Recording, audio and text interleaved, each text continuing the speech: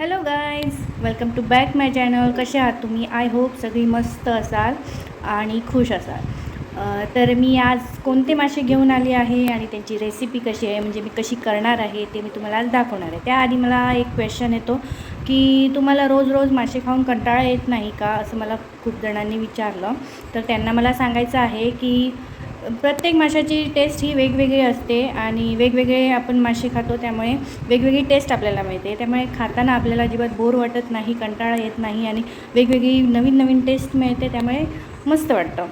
आणि आमच्या इथे समुद्रकिनारा म्हणजे गोव्यामध्ये समुद्रकिनारा जवळ असल्यामुळे तिथे मासेमारी भरपूर प्रमाणात होते आणि भरपूर प्रमाणात मासेमारी होते, त्यामुळे ऑब्वियसली इथे लोक मासे भरपूर खातात. आणि चला तर मी आज तुम्हाला दाखवते की मी कोणते मासे आणले आहे आणि त्याची रेसिपी. चला तर मी आज आणले आहे वेरले मासे. याला मी स्वच्छ धुवून याची खवलं काढून अशी बघा स्वच्छ धुवून मी याला मीठ लावून ठेवलेलं आहे आणि थोडा वेळ झाला आहे मीठ लावून. याला मीठ आता बऱ्यापैकी लागलं पण असेल. आणि याच्या कढीसाठी मी घेतला आहे चिंच, खोबरं, हळद, सुक्या मिरच्या, धणे, कांदा आणि थोडेसे लसूण घ्यायचे आहेत. आणि थोडी आपण तिरफळं त्याच्यावर कढी झाल्यानंतर आपण घालू शकतो, त्याच्यामुळे कढीला चांगला वास येतो आणि टेस्टी पण होते. आणि हा जो बारीक चिरलेला कांदा आहे तो मी नंतर कढी उकळताना त्याच्यामध्ये वरून टाकणार आहे. आणि याची सगळ्याची आपण कढी करणार नाही आहे, थोडे आपण कढी करायला घेऊया आणि थोडे फ्राय करूया, कारण हे बऱ्यापैकी मोठे आहे. वेल्ल्याची साईज बरी आहे, नाहीतर ती एवढी पण असते, पण आज बरी मोठी साईज आहे वेल्ल्याची, हे बघा. आणि ही खायला पण खूप टेस्टी लागते, लहान मुलांना पण याची टेस्ट खूप आवडते.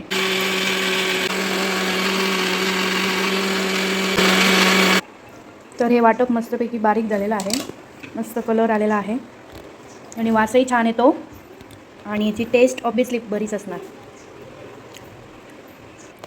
कढीसाठी मी हे भांडं घेतलं आहे आणि यात हा आपण मसाला घालणार आहे. इंडक्शन चालू करूया. याच्यात थोडं पाणी घालूया. याच्यात मी कांदा घातला आहे, कच्चा जो कांदा मी कापून ठेवलेला तो घातला. आणि आता ह्याला थोडी उकळी येऊ दे. हे थोडं उकळल्यानंतर याच्यात मासे घालूया आणि बरं उकळून मग कढी रेडी आहे आपली. आता मी जाते मासे फ्राय करायला. तर याच्यात मी मीठ अगोदरच घातलेलं आहे. आधी थोडे मासे आपण कढीसाठी काढून ठेवूया, इतके पुरे आहे. आणि हे आहेत, याचा आपण फ्राय करूया. याच्यात मी हळद, मीठ आणि लाल मिरची घातली आहे, म्हणजे मसाला, लाल मसाला ज्याला चटणी म्हणतात, लाल चटणी, ती घातली आहे. चवीसाठी याच्यात थोडं आलं लसूणची पेस्ट घालते आणि अर्धा लिंबू. याच्यात आगळ घातलं तरी चालतं, पण सध्या माझ्याकडे आगळ अवेलेबल नाही आहे, म्हणून मी लिंबू घातला आहे. इथे माझी कढी उकळलेली आहे, मस्त घमघमीत वास येतो आहे आणि टेस्टी पण झाली आहे. आणि ह्याच्यात आता मी माझे जे ठेवलेले होते मासे वेल्ले ते मी घालते.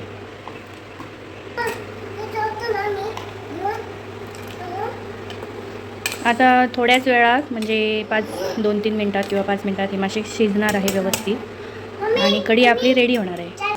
आणि इथे किशोर लिंबू पिळायची प्रॅक्टिस करते. झालं का लिंबू पिळून? इथे मी पॅन ठेवला आहे मासे फ्राय करण्यासाठी, त्याच्यात थोडं तेल घालून घेते. इथे हा रवा घेतला आहे मी. तर आज आपल्याला म्हणजे थोडासाच रवा लागणार आहे, कारण हे बारके मासे आहेत, त्यामुळे जास्त रव्याची काही गरज नाही. पॅन तापलेला आहे, आता याच्यात आपण मासे घालूया.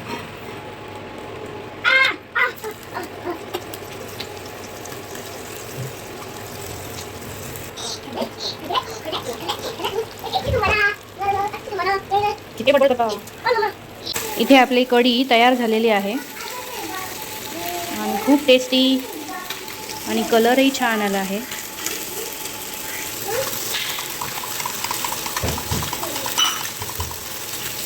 अशा प्रकारे याचं जेवण रेडी झालेलं आहे. आणि तर मग या जेवायला.